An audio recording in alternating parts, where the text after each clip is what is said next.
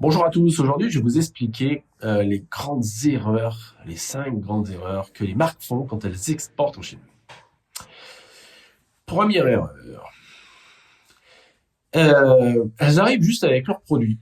Bon, elles arrivent avec leurs produits, elles font rien de spécial, et puis là elles espèrent que la magie va s'activer.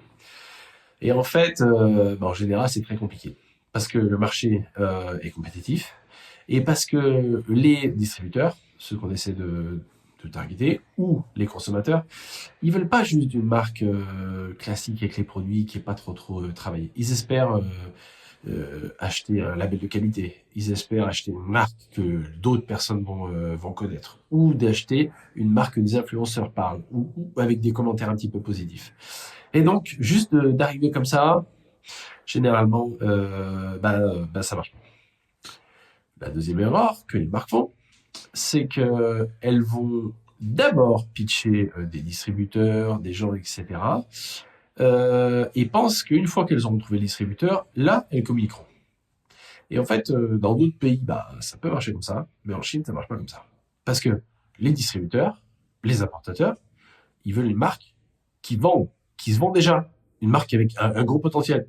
Ils la prennent, ils la présentent auprès des détaillants, auprès des magasins, et ça se vend.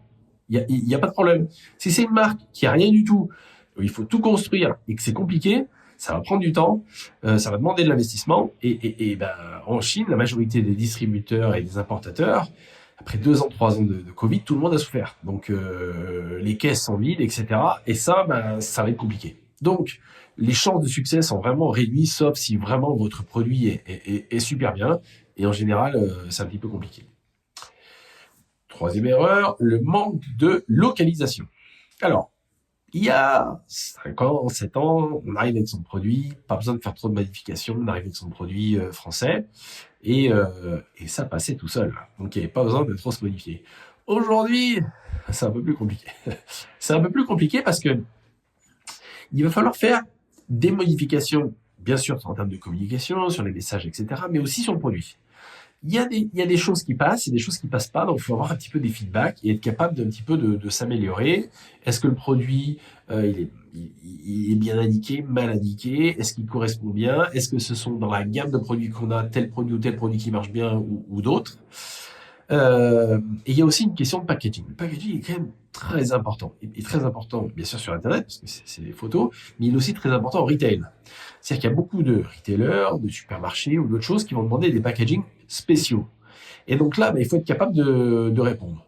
Donc, ne pas s'adapter, pas proposer des choses, etc., c'est souvent un gros nom de la part des distributeurs qui n'ont pas envie de dealer avec des marques, qui n'ont pas envie d'expliquer, qui n'ont pas envie de perdre leur temps, etc.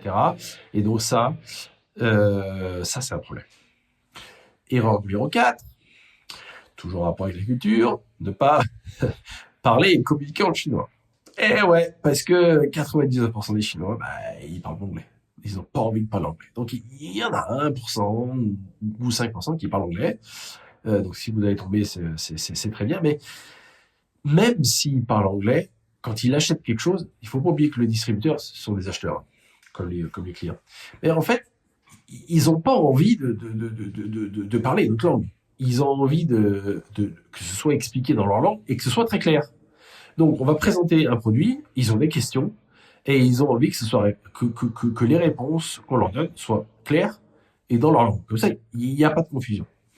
Donc, avoir une petite équipe locale ou des supports qui expliquent et qui font un petit peu la transition et la communication, c'est vraiment super important. Dernière erreur, c'est que la majorité des marques, en gros, elles veulent un distributeur et puis après on s'en fout, quoi. Eh ben ouais, mais en Chine, ça marche plus comme ça. Un peu comme dans d'autres marchés. Je pense que si on attaque le marché américain, par exemple, juste d'arriver comme ça marche pas, quoi. Il y a les marques qui réussissent, qui captent tout le marché, et puis les autres, elles ont rien. Il n'y a pas tellement de place pour les petites marques de nid, les marques qui vendent un produit de luxe et qui a pas la communication. Il n'y a pas tellement de place pour ça. Donc, une marque, en fait, elle se doit de communiquer. elle se doit d'exister. Voilà, c'est comme ça. Une marque existe, etc. En Chine, soit on se bat avec les prix, soit on se bat avec la qualité. Ben, la qualité en Chine, c'est une marque. Voilà. Et vous allez me dire, on peut se battre avec les prix, mais bon, ça fait 15 ans qu'on travaille sur le marché chinois. Des gens qui nous disent qu'ils vont rentrer en concurrence sur les prix avec les Chinois et les battre, on l'a rencontré. Et ben, je peux vous dire qu'il y en a très très très très peu qui ont réussi ce challenge à battre les boîtes chinoises sur leur terrain de jeu, c'est-à-dire les prix. Parce que la Chine, c'est un pays de low cost, c'est un pays où les coûts sont très bas, où il y a que des, où il y a que des produits low cost, etc. Donc c'est compliqué. Les seules chances pour les marques étrangères, françaises, de se développer sur le marché, c'est de miser sur la qualité et le branding. Et pas que la qualité. Parce qu'on arrive avec un produit de très bonne qualité sans marque, ça vaut rien. Distribution, ça vaut rien. Les consommateurs, ça vaut rien, etc. S'il n'y a pas de reconnaissance de la qualité, c'est compliqué. Donc, si vous souhaitez qu'on vous aide, n'hésitez pas. Vous nous contactez et on vous explique 2-3 choses. On peut aussi vous aider à pitcher les distributeurs, à créer un petit peu de l'interaction, à travailler sur les commerces. Voilà. Merci.